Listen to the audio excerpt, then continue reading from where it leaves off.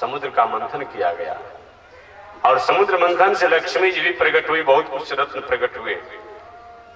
तो एक तो अमृत बहुत प्रयास और श्रम के बाद प्राप्त हुआ और अमृत मिला भी, उसको पीने को लेकर के बहुत बड़ा आपसी विवाद हो गया। कथा आप विस्तार से जानते होंगे। हम पिएंगे तो हम पिएंगे, वही अमृत कलश लेकर भागने में जहां जहां गया वहां वहां आज भी कुंभ का पर्व मनाया जाता है। कथा आप जानते होंगे कि जो अमृत जो प्रकट हुआ, वो अमृत प्रकट जब हुआ तो सबसे पहले अमृत प्रकट हुआ, अपने आप धन्वंतरी लेकर प्रकट हुए तो दैत्यों ने छीन लिया धन्वंतरी जी से, अमृत के कलश को छीन लिया। देवता लोग उदास हो गए, इतना मेहनत करके श्रम करके परिश्रम करके अमृत को प्राप्त किया गया, ये राक्षस जब छीन लिए अब तो हम लोग को मिलेगा नहीं। व्यक्ति विवेक से धैर्य, विवेकपूर्ण धैर्य को धारण करता है, पुरुषार्थ कर्म को करता है, तो व्यक्ति असफलता भी सफलता में परिणत कर लेता है। अब समझिए, अमृत कलश दैत्यों ने धन्वंतरी से छीन लिया, देवता उदास हो गए। भगवान ने विश्वास दिया, देवताओं आप विश्वास और विवेक को धारण करो, निश्चित रूप से अमृत प्राप्त होगा। और वही भगवान ने अपने आप में मोहिनी रूप बनाया, आप जानते ही होंगे। पहले तो अमृत को अपने आप में लेकर के प्रयागराज, हरिद्वार, नासिक, उज्जैन कि यहां हम लोग छुप जाएंगे। दैत्यों ने सोचा तो यहां देवता नहीं आएंगे, पीछे से देवता भी ढूंढते हुए जा रहे थे। ऐसे चारों जगहों पर गए। उस अमृत की रक्षा बृहस्पति ने किया, सूर्य ने किया, चंद्रमा ने किया। इन तीनों का जब योग जब होता है तो वही कुंभ लगता है। हरिद्वार में भी कुंभ लगना है शायद 2021 में, यही है। तो मैं निवेदन करना चाह रहा था, एक तो अमृत बहुत श्रम के बाद प्राप्त हुआ और अमृत प्राप्त हुआ जो समुद्र मंथन से, अब उसके बंटवारा में भी विवाद रहा। भले ही समझौता हुआ था कि हम देवता और दैत्य दोनों अपने आप अमृत को पान करेंगे, लेकिन दैत्यों ने छीन लिया। देवता लोग असहाय हो गए।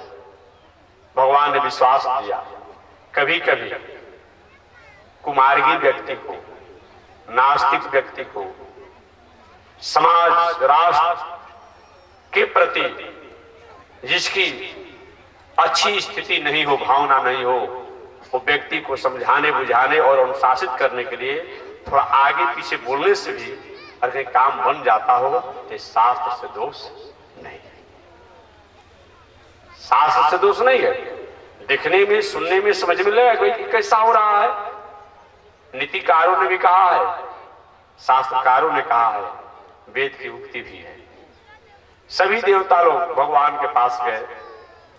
भगवान का धैर्य को धारण कर, तुम्हारे बल को तो हो गया ना, तुम थे कि हम अपने आप अमृत प्राप्त हो जाएगा तो हम पी लेंगे, दिख लिया ना। उस समय भगवान ने मोहिनी रूप बनाया और मोहिनी रूप बना करके, और अपने आप में बताया गया है मोहिनी रूप बना करके और उन दैत्यों के सामने खड़े हुए। देखिए, दैत्यों की एक सबसे बड़ी दोष है उनमें, जो भी बुद्धि विवेक से भटके हुए लोग हैं, उनके पास धन भी हो जाता है, बल भी हो जाता है, पद भी हो जाता है, लेकिन विवेक का प्रयोग नहीं करने के कारण उनका धन, बल, पद सब समाप्त हो जाता है। इसलिए बुद्धि विवेक का जरूर उपयोग करना चाहिए। आपके पास धन हो जाए, बल हो जाए, पद हो जाए, वैभव हो जाए, लेकिन बुद्धि का प्रयोग कीजिए। देवताओं के पास धन की कमी नहीं है, बल का भी कमी नहीं है, पद का भी कमी नहीं है, लेकिन इनके पास बुद्धि विवेक से अपने जीवन को लगाते नहीं है। इसका मुख्य कारण है उनका उठन बैठन, खान पान, रहन सहन बहुत ठीक नहीं है, बहुत ठीक नहीं है। भगवान ने मोहिनी रूप धारण किया और धारण करके अचानक देवताओं के सामने खड़े हो गए। जो देवता अमृत कलश को छीन लिए थे धन्वंतरी से, भले अब जिन राक्षसों ने अपने आप धन्वंतरी से अमृत कलश छीन लिए थे, अब वो दैत्य अपने आप में उस मोहिनी अवतार के सामने कहे, देवी जी आपका परिचय। भगवान मोहिनी अवतार ने कहा, अरे भले आदमी, तुम परिचय पूछने वाले होते कौन हो? तुम्हें शर्म नहीं लगती है? तुम्हें शर्म नहीं लगती है किसी अपरिचित नायिका से, स्त्री से, और तुम परिचय पूछते हो? क्या तुम्हारा मतलब? पहले तो भगवान थोड़ा सा अपने आप में डांटा। तुम लोग ए देवी जी ऐसे वैसे बात मत कीजिए, हम लोग कैसे खानदान के नहीं हैं, हम लोग भी कश्यप ऋषि के खानदान के हैं। भले अपने आप में माता दो है लेकिन पिता एक ही है। कश्यप ऋषि के बड़ी माता अदिति के पुत्र देवता हैं और कश्यप ऋषि की छोटी पत्नी से हम लोग दैत्य हुए हैं, तो हम लोग कुल खानदान में कम नहीं है। हमारे पिता भी त्रिकाल संध्या करते हैं, हमारे देवता लोग ईश्वर का राज करते रहते हैं। देखिए, जो कोई ऐसा असंतुलन व्यक्ति जब अपना परिचय देता है ना, तो अच्छे लोग का ही परिचय देगा, अच्छे लोग का ही परिचय देगा। अब उस समय कश्यप ऋषि का लोग परिचय दे रहा है। भगवान ने कहा, तुमको देखने से तो पता चलता है कि तुम बड़े खानदान के हो, बड़े खानदान को अपने आप बिना पूछे अपना हमारा परिचय तूने पूछा। थोड़ा सा भगवान ने फटकारा अपने आप में। अब उन दैत्यों ने कहा, सुनिए, हम देवता और दैत्यों में कोई अंतर नहीं है, हम दोनों भाई ही हैं। समुद्र मंथन हुआ, अमृत प्राप्त हुआ, समझौता हुआ था कि हम दोनों अमृत पान करेंगे और अमर हो जाएंगे। आपस में झगड़ा तो करेंगे लेकिन मरेंगे नहीं। अमृत क्या है जी? अमृत को पीने से हम मरेंगे नहीं, लेकिन कोई मारेगा तो मार सहेंगे और कष्ट है। मरेंगे नहीं क्योंकि अमृत पिए हैं, लेकिन कोई मारेगा तो दुख और कष्ट होगा। उन दैत्यों ने कहा, देवी जी अमृत हमारी इच्छा है कि हमारे बड़े भाई भले देवता लोग हैं, उनको हम न दें और हम ही लोग पी जाए, हम पी जाए अपने आप में।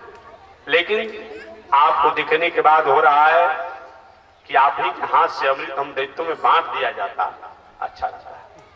भगवान ने पहले तो अपने को त्याग दिखाया। ये सुनिए भाई, आपने इतना बड़ा परिचय दिया कश्यप ऋषि के हम संतान हैं, और बोला हमारी जैसी अपरिचित नायिका पर आप लोग को विश्वास हो गया? कहीं अपरिचित चंचला नारी पर कहीं विश्वास किया जाता है? अब और दैत्यों को विश्वास हो गया। कहीं सुनो देवी, विश्वास की बात मत करो, तुम्हारे हाथ में अमृत देते हैं। बिना मांगे दैत्यों ने अमृत कलश मोहिनी अवतार भगवान के हाथ में दे दिया। और देने के बाद भगवान का, मैं जैसे बांटूं उसे आप लोग को स्वीकार करना पड़ेगा। हाँ हाँ, जैसे बांटू। दैत्यों का स्वभाव होता है, अमृत जैसा रत्न भी भले हाथ से समाप्त हो जाए, लेकिन उनकी कुत्सित कामना का स्वास्थ्य पूरा होना चाहिए। उन दैत्यों ने विचार किया कि अमृत भले हम लोग को अपने आप में कम बेसी मिले, गाढ़ा पतला में कोई मतलब नहीं है, लेकिन यह जो अपूर्व सुंदरी है शायद ब्रह्मा ने हम लोग के लिए ही भेजा है, ये हमारी वजह है, इसीलिए दे दिया अपने आप में। भगवान के मैं जैसे बांटूंगी वैसा आप लोग को मानना पड़ेगा। हाँ, जैसे बांटूंगा।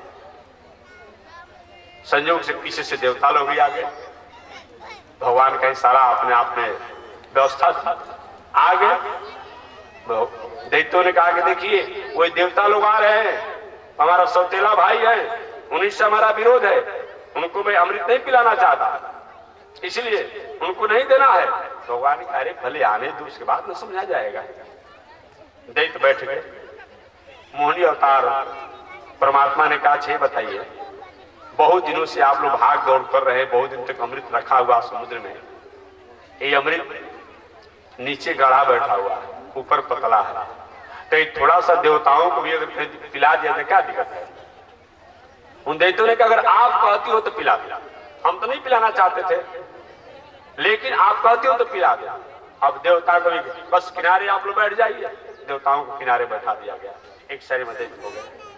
अब भगवान सबसे पहले देवताओं को ही अमृत पिलाने लगे। हमारा उद्देश्य, हमारा लक्ष्य अगर ठीक रहेगा तो कोई भी वस्तु भी प्राप्त हो जाएगी। याद रखिए, हमारा जो वस्तु है वो हमारे पास ही आ जाएगा। अगर हमारा वस्तु नहीं है तो हमारे घर के बक्से और कोठरी से भी और गायब हो जाएगी। ये बताइए कब? जब हमारा उद्देश्य और लक्ष्य ठीक होता है। देवताओं का लक्ष्य ठीक था, भगवान ने पहले देवताओं को ही अमृत पिलाने लगे और लोग भूल नहीं पा रहे कि वही लोगों ने समझौता में दिया है मोहिनी को। भगवान पिलाते पिलाते अंत में दैत्यों को शंका हुआ कि कोई इसमें धोखा नहीं हो रहा है, कहीं विष्णु कहीं अपने आप में ये मोहिनी रूप नहीं बनाया है। भ्रम तो हुआ, शंका तो हुआ। उसी समय अपने आप में राहु जो था वो क्या किया, वो देव था अपने आप में, लेकिन आकर के सूर्य और चंद्रमा के बीच में बैठ गया। भगवान ने सोचा भाई पंक्ति भेद तो नहीं करेंगे, उस राहु को भी अमृत दिया गया। इधर भगवान एक स्वरूप से विष्णु रूप में थे, चक्र लिए थे, इशारा कर दिया सूर्य चंद्रमा ने कि उस दल का है, उस तरफ का है, यहाँ बैठा हुआ है। भगवान ने कहा ठीक है, और चक्र छोड़ दिया और उसका गर्दन कट गया। लेकिन अमृत के पान के कारण राहु और केतु दो हो गए। राहु ही थे, लेकिन जब भगवान के चक्र द्वारा अपने आप प्रहार हुआ तो सिर से ऊपर का गर्दन से गर्दन से ऊपर का जो है अपने आप में वो राहु और नीचे का केतु हो गया अपने आप में। इसलिए आज भी ग्रहण जो लगता है वो सूर्य और चंद्रमा से आज भी बदला लेता है। समाज में सभा में कभी किसी को कोई कुछ हो जाता है ना, तो व्यक्ति जिंदगी भर अपने आप को शत्रु समझता है। इसलिए राहु के जो है हमेशा अपने आप ग्रहण के अवसर पर सूर्य चंद्रमा को गरजते रहता है। आज भी अमृत पूरे के पूरे भगवान ने देवताओं को पिला दिया।